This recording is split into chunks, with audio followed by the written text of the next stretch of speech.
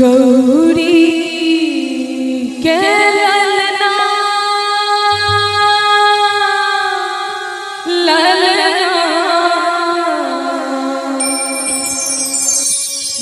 गौरी के ललना गणपति जी के गणपति जी के बिनती करिया गौरी के ललना ललना गौरी के ललना गणपति जी के बिनती करिया गौरी के ललना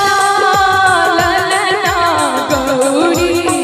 के ललना।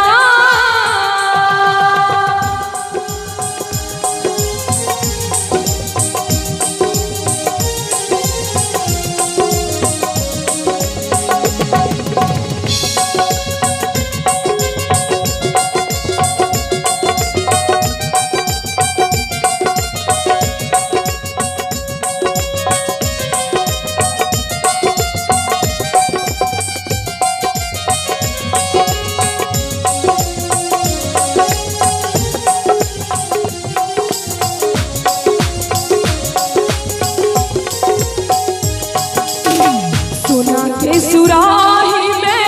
गंगा जल आलू गणपति जी के चरण पधारू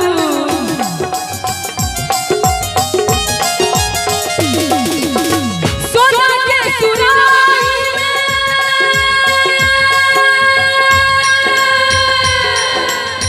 सोना के सुराही में गंगा जल आलू गणपति जी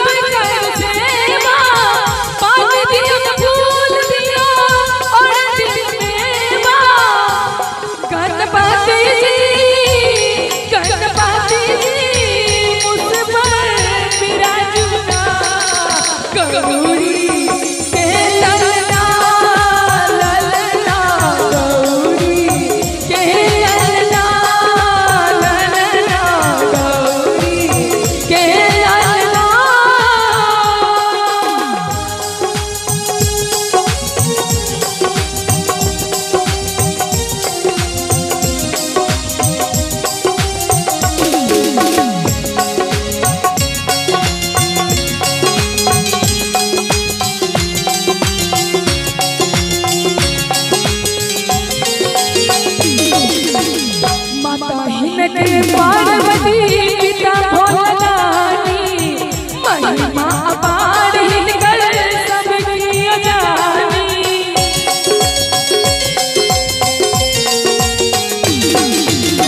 माता हिनकर पार्वती पिता भोलानी